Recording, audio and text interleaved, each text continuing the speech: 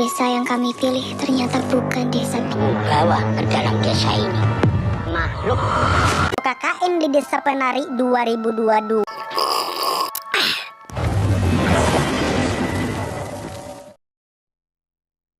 Cerita akan diawali oleh kata-kata tak kenal maka tak sayang, dan pemeran dalam film ini adalah Tisa Biani sebagai Nur, Agni Hagiu sebagai Ayu, Adinda Thomas sebagai Widya, Ahmad Megantara sebagai Bima, Calvin sebagai Anton, serta Fajar Nugraha sebagai Wahyu, dan Aulia Sarah sebagai Badarauhi. Sedikit informasi ya bagi adik-adik yang belum tahu arti dari sebuah KKN. KKN adalah kuliah kerja nyata, bukannya korupsi, kolusi, dan nepotisme. No comment ya kan, yang dimana hal tersebut bentuk kegiatan pengabdian kepada masyarakat oleh mahasiswa dengan pendekatan lintas keilmuan, atau bahasa lebih mudahnya gini, kita nih ada program kerja kampus ya kan, dan terkadang pelaksanaannya selalu mencari desa yang dipilih agar proker itu berjalan sesuai dengan tujuannya, dan serta pelaksanaan kegiatan KKN biasanya berlangsung antara 1-2 bulan dan bertempat di daerah setingkat desa. Udah paham kan? Nah begitu juga dengan kisah ini yang diangkat dari kisah nyata. 6 orang pun berangkat menuju suatu desa yang di sekelilingnya dipenuhi rimbunan pohon yang lebat, dan perlu kita ketahui desa ini sangatlah jauh dari jalan raya.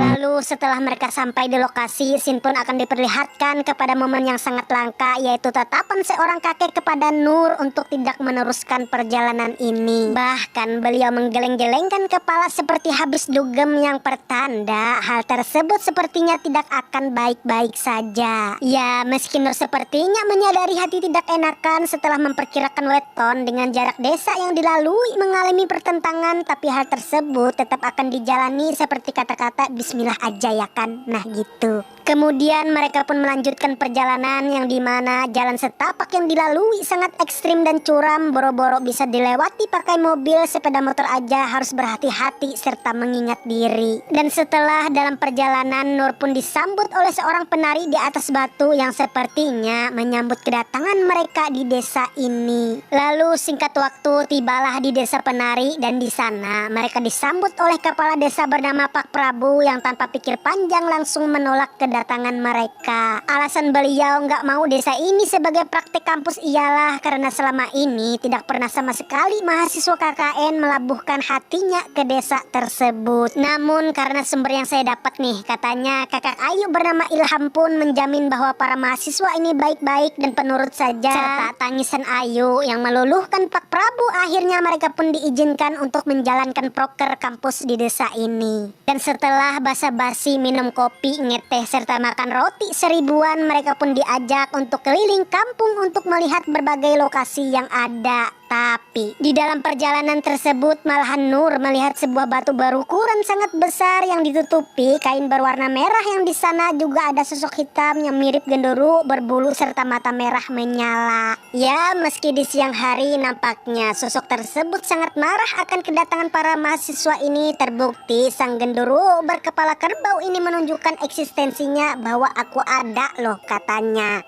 Dan pasti dalam kejadian ini Nur seperti memiliki keistimewaan yang berbeda, bahwa berhijab itu Masya Allah dek. Nah gitu.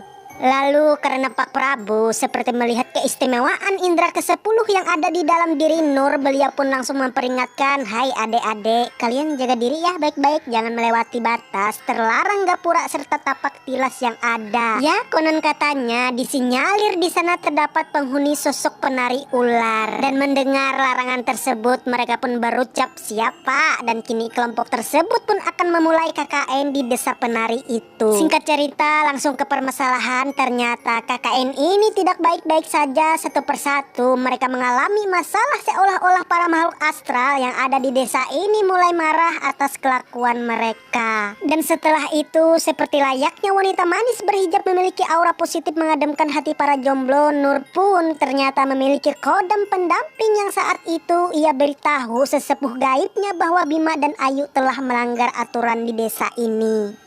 Lalu sedikit penjelasan bahwa Aa Bima ternyata suka sama Widya dan ia berusaha untuk menggunakan cara kotor agar si Widya jatuh cinta kepadanya. Dan Bima telah melakukan perjanjian kepada Badarauhi agar si Widya jatuh hati kesemsem terhadap dirinya. Di sini ini juga Badarauhi memberikan mahkota ular kepada Bima untuk diberikan kepada Widya agar si Widya lope-lope terhadapnya. Tapi malahan si Aa Bima menitipkan mahkota tersebut kepada Ayu, namun si Ayu ternyata juga suka kepada Aa Bima, membuat si Ayu menyimpan mahkota tersebut. Namun karena Ayu menyimpan benda yang bukan miliknya, dia malahan dimimpiin Badarauhi untuk segera menyerahkan mahkota itu kepada Widya, sedangkan dia akan diberikan selendang oleh Badarauhi agar dia bisa juga mengikat hati Aa Bima yang anggap aja cinta segitiga terjadi. Tapi meski banyak lope-lope di sana, masalahnya dua orang ini bersekutu dengan makhluk halus, sehingga inilah yang disebut kesalahan besar oleh khodamnya Nur di tempo hari. Dan malahan kesalahan fatal disebabkan oleh Ayu dan Bima akibat cinta tak berlandaskan etika dan moral. Mereka pun melakukan pertempuran donat versus terong, yang hal itu dilarang di desa penari ini. Goyang gak tuh? Kemudian singkat waktu setelah mereka bercinta dengan kesalahannya, Bima pun mengalami ajab perjanjian yang dimana ketika Bima memasuki hutan sangat rimbun, Widya pun mencoba mengejarnya dengan tergesa-gesa. Sampai-sampai tangan betis serta kulit tak ia hiraukan mengalami luka-luka, dan sialnya ia pun masuk ke dunia lain yang di sana seperti telah memasuki sanggar penari yang dihuni oleh orang banyak serta alat musik gamelan yang mengiringi. Lalu setelah terkesima oleh apa yang dilihatnya, malahan ia mendengar suara desahan cukup kencang, dan ketika ia lihat, oh astaga, si Bima malahan sedang bertempur dengan sesosok wanita kurang bedak yang tempat itu dipenuhi ular bersiliweran.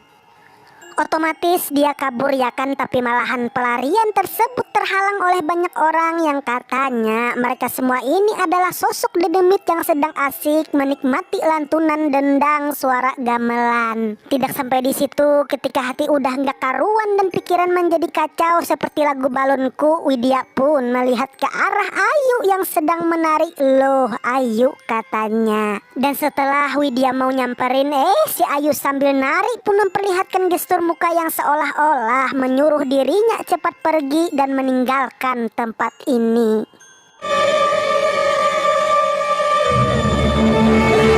Otomatis karena penglihatan semakin aneh dan tidak bisa dijelaskan oleh kata-kata, Widya pun berlari sambil menangis, dan singkat waktu ia pun diketemukan oleh beberapa warga desa. Lalu kejutan bukan hanya itu, setelah kejadian mengerikan di malam tersebut, Widya kembali tercengang oleh penampakan yang ada bahwa ternyata Ayu dan Bima sedang terpujur kaku tak berdaya. Bahkan terlihat dari wajah mereka yang seperti menyesali perbuatan dengan cara melotot, yang saat itu juga orang pintar di desa ini mengatakan mereka telah melakukan perbuatan yang sangat fatal. Kalian tahu apa kan? Ya, adu gabrut. Dan kini Ayu harus mempertanggungjawabkan perbuatannya, yaitu menari mengitari hutan ini secara rapat langkahnya, sedangkan Bima harus menjadi pasangan Badarauhi atas kesalahan yang mereka lakukan. Lalu bagaimana dengan Nur? Nyatanya Nur apik-apik saja karena khodam dirinya cukup kuat. Dia berhasil menghindari niat jahat Badarauhi, dan bahkan Badarauhi meminta kepada khodamnya Nur agar tidak mencampuri urusan-urusannya. Kemudian di bagian terakhir setelah kejadian KKN tragis ini, mereka pun akhirnya memutuskan untuk tidak melanjutkan KKN tersebut. Ya, di samping keadaan semakin tidak kondusif, Ayu dan Bima pun nampaknya harus segera menerima pertolongan medis, tapi hal tersebut ternyatanya tidak membuahkan hasil, yang katanya dua orang ini pun tetap tidak bisa diselamatkan karena disebabkan perjanjian dengan makhluk gaib sangat kuat serta ajab melakukan perbuatan tidak senonoh di tempat yang sangat disakralkan. Dan pasti cerita ini sangat jauh dari kesempurnaan karena scene cerita dan adegan-adegan hanyalah scan yang dicomot-comot dari video teman-teman yang pernah nonton dan saya rangkum secara acak-acakan. Woi, nonton dong bang, jangan ngarang-ngarang. Iya, nanti nonton juga kok. Ya setidaknya sedikitlah mengobati penasaran dari kalian. Dan jangan lupa ya nonton di bioskop biar kalian tahu endingnya seperti apa. Oke, segitu aja, mohon maaf kalau dalam rangkuman banyak yang keliru karena saya juga belum nonton. Dan pesan penting yang dapat kita ambil pelajaran dari film ini adalah sopan santun merupakan unsur penting dalam kehidupan bersosialisasi sehari-hari. Sebab karena dengan menunjukkan sikap santunlah seorang dapat dihargai dan disenangi dengan keberadaannya sebagai makhluk sosial dimanapun tempat ia berada. Nah, begitupun dalam kehidupan antar sesama manusia, sudah tentu kita memiliki norma-norma atau etika-etika dalam melakukan hubungan dengan orang lain. Dalam hal ini, sopan santun dapat memberikan banyak manfaat atau pengaruh yang baik terhadap diri sendiri maupun orang lain. Intinya sih, ya jaga adab lah. Udah itu aja. Kang Irfan pamit, bye-bye. Assalamualaikum warahmatullahi wabarakatuh. Subscribe.